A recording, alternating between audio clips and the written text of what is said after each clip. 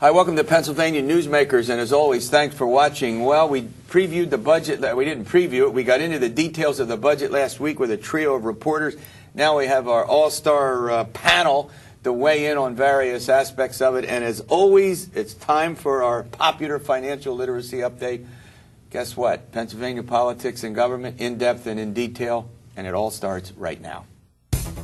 This is Pennsylvania Newsmakers, a fast-paced, unrehearsed weekly discussion with and about the leaders who shape your world. And now, here's your host, Terry Madonna. All right, let's get right to it. We're going to get into the details of the budget. Some of this is very important. It's going to have a huge impact on the state, on you, the consumer, you, the taxpayer, you, the buyer of all kinds of essential services. Sitting across from me is Jim Redmond. He's with the Hospital Association. Gene Barr, he's with the Pennsylvania Chamber. Sitting over here to my right, figuratively speaking, that is Fred Anton with the Pennsylvania Manufacturers. Notice the titles will come up here. You got this. I'm always on the right. I know. Well, that's true. We'll get to that. All right. And the producer said you're always right. Well, good. Okay. I'm glad to hear that. All right. Well, I want to start with you first, Fred. Lots of stuff in here that the business community likes. Run through the highlights of what you think the governor has recommended that the business community is in favor of. Well, I think the interesting aspect of this budget is we have heard so little from Tom Corbett directly, and we've heard so little after the campaign about the policies that are going to be in the administration. I look to this budget address not only for the numbers and the cuts, but for the direction in which the Corbett administration might be going. And you have that now. And I have that now. Now, and as a matter of fact, I was personally very pleased with the budget address. I was very pleased that there are no business taxes proposed by the governor, and I was very pleased that he's proposing policies which focus on the economic climate in Pennsylvania with the idea that they might produce jobs. Now, one of the things that we've been talking about before we went on the air is this federal tax credit for depreciation, which was enacted at the federal level and which the administration decided should apply in Pennsylvania. Well, of course it should apply in Pennsylvania. That stimulates businesses to do construction, to spend money, to create jobs. All right, we'll go to you, and then we'll get to Jim. Sure. Go ahead. This budget, in many ways, is certainly there are surprises when you get down to it. Overall, it's perhaps the least surprising ever. This was set even before November. Quite clear there was going to be no new taxes. It's quite clear that people wanted a smaller budget number at the state level. The $27.3 billion is going. I think that's what's going to be the number. There's going to probably be some tinkering underneath, but that $27.3 billion spend number is going to be the spend number when we get done. But look, you've got some things that you want. You got the you call for the enactment of joint and several reform. I'll get to Jim on that in a minute. Elimination of the capital stock and franchise, which is already in law, and he's going to continue that. Divestiture of the state-owned liquor stores. I'm going through. So you're right. There's absolutely, except for the higher ed stuff, which we've been discussing. He talked about all this. Governor Corbett said he's going to do all this. Except for that, right? So you didn't find any of this surprising? No. I mean, we knew that they faced a monumental challenge with a $4 billion loss of federal stimulus monies, use of one-time funds in previous budgets. We knew we were going to get hit. For hospitals, it was a major hit, $333 million. Hospitals and education seem to have taken the biggest cut, the recommendation for cuts, and that's going to have a pretty huge effect on the hospitals across the state, right? It's interesting because higher education and health care have been the two major economic drivers in this state, and they take the biggest hits. Maybe we can get a big argument going on here between the guys. But you would all agree on this, the enactment of lawsuit abuse reform, correct? You all agree with that, right? It has to be done. I mean, it's a no-brainer. It's been enacted twice, and once was eliminated on a technicality, and the other time Ed Rendell violated his pledge and vetoed it. We need tort reform way beyond that joint and several, way beyond. All right, we're going to run to a break. I want to just say, Jim Redmond to weigh in on that before we turn to a couple of other things that are pretty important about this budget that I want to talk about. We'll be back in a moment. This broadcast of Pennsylvania Newsmakers is presented by the Pennsylvania Chamber of Business and Industry, the statewide voice of business, and by the Pennsylvania Cyber Charter School, bringing educational innovation and freedom to the children of Pennsylvania. This broadcast of Pennsylvania Newsmakers is presented by PAConstructionJobs.com. For more information about rewarding careers in the highway construction industry, visit PAConstructionJobs.com. And by the Pennsylvania Manufacturers Association. Business in Pennsylvania is our business. Hi, welcome back to the program. All right, come on.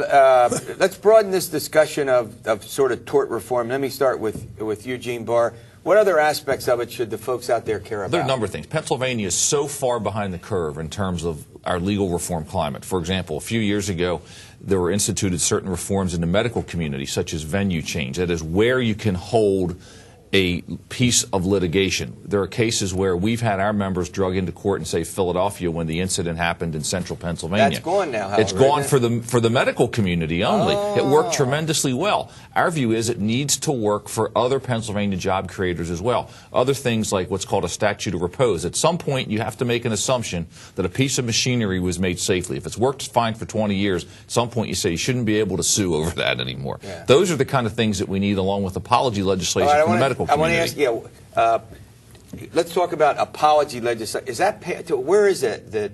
Passed the House and by an overwhelming vote of 171. What is it? Explain it. It simply says that healthcare professionals can talk to patients and family about what went wrong without the fear of it being used in a legal suit. So in other words, you're sitting in a doctor's office, the doctor may have done, let's just for the sake of this argument, something he shouldn't have, let's just say that, and he can't go and say, gee, I'm sorry, here's what I can do, blah, blah, blah, because everything, it can be used against him in a court, and so they're reluctant to do that. And 35 other states have passed similar legislation. What's the prospects? And then I'm going to go to Fred on something else. I think it's good, and I think the other important thing is about apology. This does nothing in terms of infringing on a patient's rights. They can still sue if they want. We're just hoping this leads to kind of clearing the way for some settlements. Is it going to pass? I think it will. I'm optimistic. All of these tort reform bills are likely to get hung up in the Republican Senate, the place where there will be opposition, the place where the trial lawyers have ownership. You agree with this? In the Pennsylvania State Look, Senate. we have a lot of work to do on legal reform across the board, and we know that they have people who have a sympathetic ear over there, and we're going to have to work through that. Yes. We understand. Okay, so the Senate... It's worse than that. They're minimizing it because it's not smart to do it from a political point of view. Well, that's why we have you here. We're getting... All right, now hold on a minute. I don't blame them. They're diplomats. They're both diplomats. All right, let's talk about the sale of the liquor stores. It's been tried. Thornburg tried it. Ridge tried it. The governor made a point of it in the message, but he didn't say, oh, I'm not tying it to the budget. Underline all of our difficulties. Underline a major problem in Pennsylvania is union power. The unions are as powerful in Pennsylvania, particularly in the Teachers Association, as anywhere in the nation. Witness the number of teacher strikes. Now, but we're talking about the union. We're talking about state stores. We're talking about state stores, and it's directly related to the union problem. If a non-governmental function that is in every state except one or two, run in the private sector, can be stopped in Pennsylvania because of union power, then we have a big problem. Now, let me say one more thing. The business community basically does not regard this as a high priority issue. They're taking a walk on this issue. Okay, liquor store sale, taking a walk. Are you taking a walk on it? We think it's important. It's not doesn't rise to the level of legal reform. It's not way up here, but it's something that's important for a number of reasons. First off, LCB is charged with both promoting the use of alcohol and enforcing it. That's always an issue. regardless of what the finances bring, to be honest with you, there's no reason to have the state in this any more than any reason to have the state selling tobacco or pharmaceuticals or anything else. We need to get this in terms of privatization. You get more variety, better service, more products and innovation. Or for the state to be in the medical liability insurance business. Got to get out of that, too. We're going to a break. I have one other question, and then I'm going to ask you about what's going to happen to all of this. What are the prospects that any of this will see the light of day, meaning passed by the state legislature, signed by the governor? We'll be back in a moment. This broadcast of Pennsylvania Newsmakers is brought to you by Pennsylvania Credit Union Association. Pennsylvania Credit Unions, where people are worth more than money. To find a credit union that is right for you, check out ibelong.org. And by the Energy Association of Pennsylvania, Pennsylvania's energy information source. This broadcast of Pennsylvania Newsmakers is presented by the State System of Higher Education. 14 state-owned universities. The state system is the largest provider of higher education in Pennsylvania. And by the Hospital and Health System Association of Pennsylvania, working towards a healthy Pennsylvania. Hi, welcome back to the program with a panel that is getting out of control here. I'm going to have to rein these guys in. All right, before we go, I want to go back to the liquor stores, but I don't want to run out of time and ask you about Medicaid. Medicaid, we heard about it. Big change, big reforms. Where does that stand? It consumes, what, 20% of the budget of the state? About 22% of the budget. 2.2 million people in Pennsylvania are on medical assistance, 1 out of 6 Pennsylvanians. Almost half of all the births are Medicaid. It is primarily, the money is spent on the elderly and disabled. These are folks that cannot work. Right. They represent about a third of the recipients, but consume about 75% of the costs. It's a major hit to us. I mean, we can't turn these people away. Mm-hmm. So it's really an unfunded mandate to us. So you're getting a reduction, which means the hospitals and clinics and other people are going to have to find either cut services or lay people off. Or lay people off. Now, I want to quickly, what about sort of changing some of the Medicaid policies, not doing some of the, you know, how many dental appointments in front? The budget is a work in progress, clearly. They've set out some target saving numbers, but don't have the details yet. And that's understandable given that they've only been in office, 8 weeks or so. Okay. All right. I want to go here. We're going to run out of time. What is going to happen to this? Fred Anton, where does this all go? You're a little more skeptical that some of the things the governor wants are going to be adopted. Well, I think that it was very important, since the governor really has not made many policy statements. It was very important what he said in his budget address, and particularly on the liquor stores. Mm-hmm. There is a big controversy whether the liquor store sale should move forward if it doesn't plug a hole in the revenues. Yep. Now, the governor said very clearly that he was in favor of the selling the liquor stores because it was a non-governmental function. Now, that is important because the opponents of selling the liquor store, one of the arguments they're using is it won't solve the budget problem. All right. Where does all this go? I mean, if you had to sort of pick and choose what you think will stay and what you think will change, what do you think it is? Well, legal reform certainly goes forward. I think the $27.3 billion stays in. The budget maximum that he set stays. I think that's almost set in concrete, that number. You might have a couple pennies almost literally. Legal reform certainly is, we're pushing for it, all of us here, and I think that there's going to be a good measure of legal reform. Certainly believe that it will. And I think we're going to have an on-time budget. We're hoping on second time. week Sell in the June. liquor stores, you think that's in or not in? That's a fall issue. That's probably a fall issue. That's peripheral to the budget. I think it's a quick budget. I think it's done by mid-May, maybe late May at the latest. One other issue that is very important to us in the conservative community is vouchers and funding for charter schools.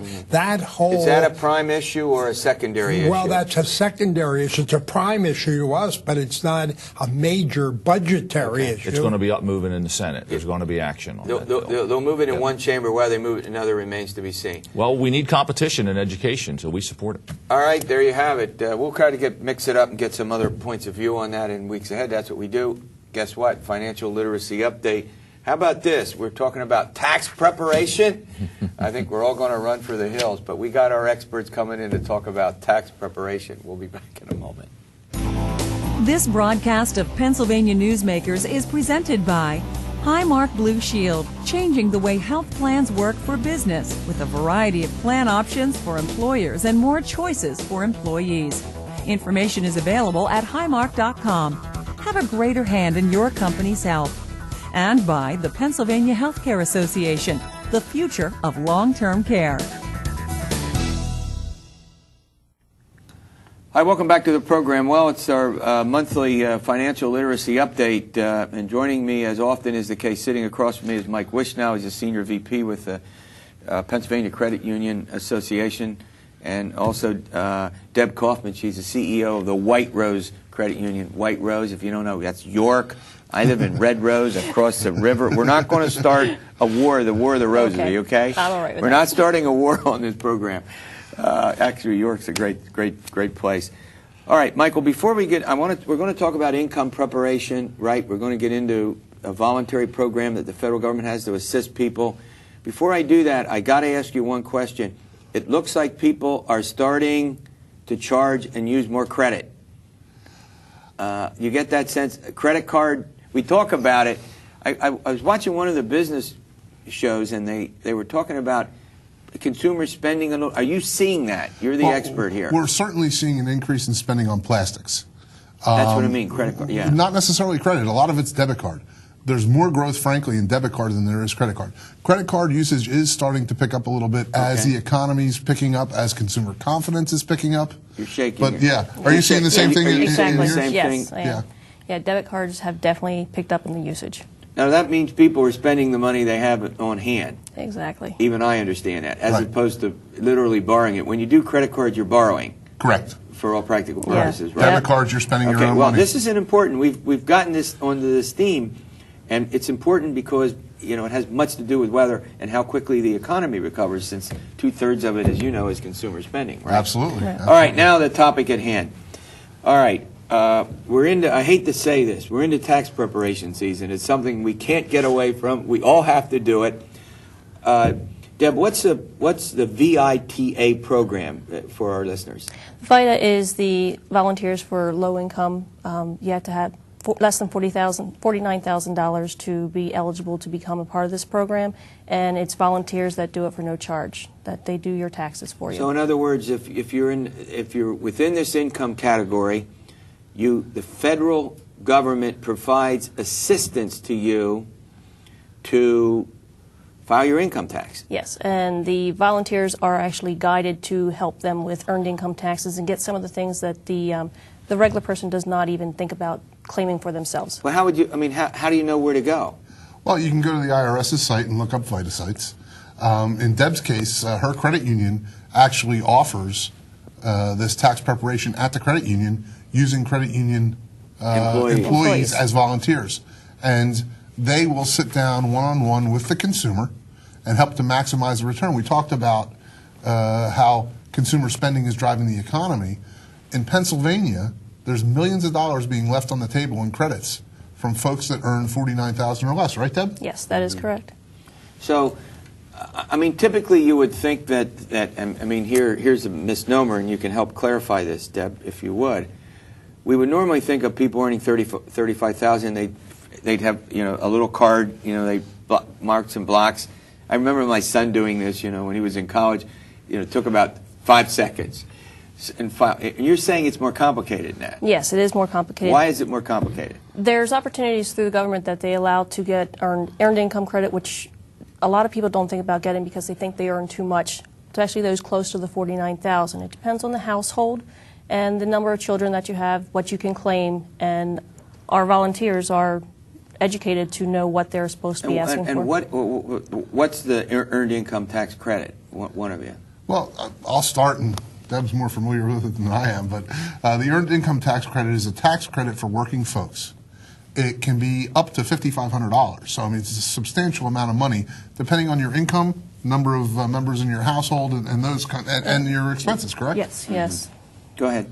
As well as like the disabled, if you have an elderly or disabled people living with you that you can claim, that also counts towards it. So let me reframe this a bit. So what you're saying is this, that there are lots of folks who file income tax who may not be aware of the legal, I'll call them deductions, they're not all deductions, but what they can legally deduct or claim. And so what you're about doing is helping people get their legal deductions, their legal withholding in a condition in which they might not otherwise be aware of it. Absolutely. And to even make it more clear, Terry, for your viewers, if your viewers are earning $49,000 or less as a family, they absolutely should be going to a site like Deb's, should be going to White Rose Credit Union, because chances are they're not claiming all the deductions and all the credits that would be available to them. Is that fair? I mean, you probably look at what people brought in. The possibility is also that they're going to another place that does taxes and being charged a lot of money for it. So in other words, what you're saying is that you can go to a place and be charged for it, or I mean, I think my son at one point went to one of those, I won't mention her name, income tax preparation, pretty simple stuff. I don't know, he owns a home now. I don't think it's quite as simple. Where most of these people, folks with, who don't own property, who are, maybe renting, for which all of this is unfamiliar. I mean, give us a little profile of. Some of it, also those that want their money fast. They go to a lot of the tax preparation places. They can get advances on what will be coming. They get a check, but it usually costs them at least $100 to get that check early. So in other words, back to sort of some of the stuff that we used to. I won't call it payday. Those lending. You and I have chatted about this over the years. So you got to be careful that when you're getting this done, wherever you're getting it done, that whatever fees are attached to the filing or to the preparation and to the assistance in filing, that you're not being, I'll use the word ripped off, right? Well, ripped off is the absolutely appropriate word. Yeah. I mean, really, with electronic filing, you're getting your taxes back within 7 to 10 days in most cases. So let's talk about this. So we're talking about electronic filing as opposed to dropping it in the mail, correct? Yes. Go ahead. With the VITA program, with ours locally, we have coordinators that they review everybody's, there's maybe 6 coordinators to each different site. And they review the ones that were already electronically done, and they approve them and send them through, and we usually do have the credits within a week. All right, well, look, great. Thanks for coming in and spelling out that service. We hope that our viewers for whom this can be a help will take advantage of it. All right, as always, thanks for watching Pennsylvania Newsmakers. We'll see you next week, and as usual, you all stay well.